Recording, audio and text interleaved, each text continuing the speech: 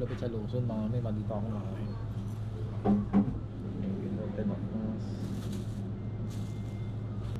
Daming ipis no sa bahay namin. Tinutuloy ang apartment. Baho ka. Hindi na tayo kaya.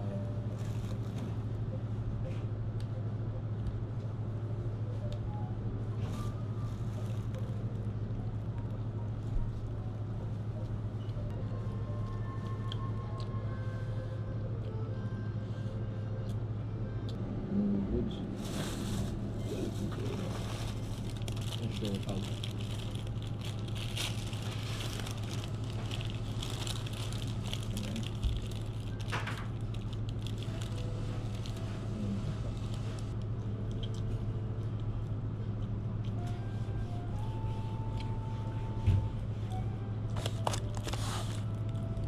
Yo mga men, alam nyo ba dito sa Japan, bago mo itapon tong pet bottle, tatanggalin mo muna yung label saka yung takip bago mo siya itapon, kasi betso yan. Bukod yung mga pet bottle, bukod yung mga label, takip, sama-sama yung mga yon, chopstick.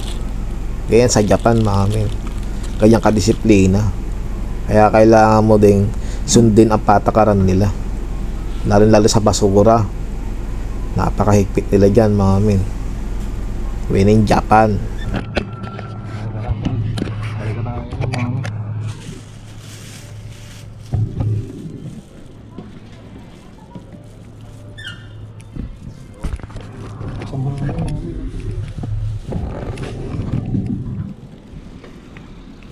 Isang umuulan.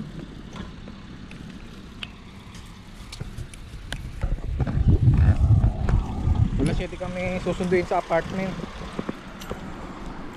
Simula dito sa Musashi hanggang doon sa may pag-trainingan namin nung sa Gyosha or Sky Master or Boom Leap, 2 oras pa.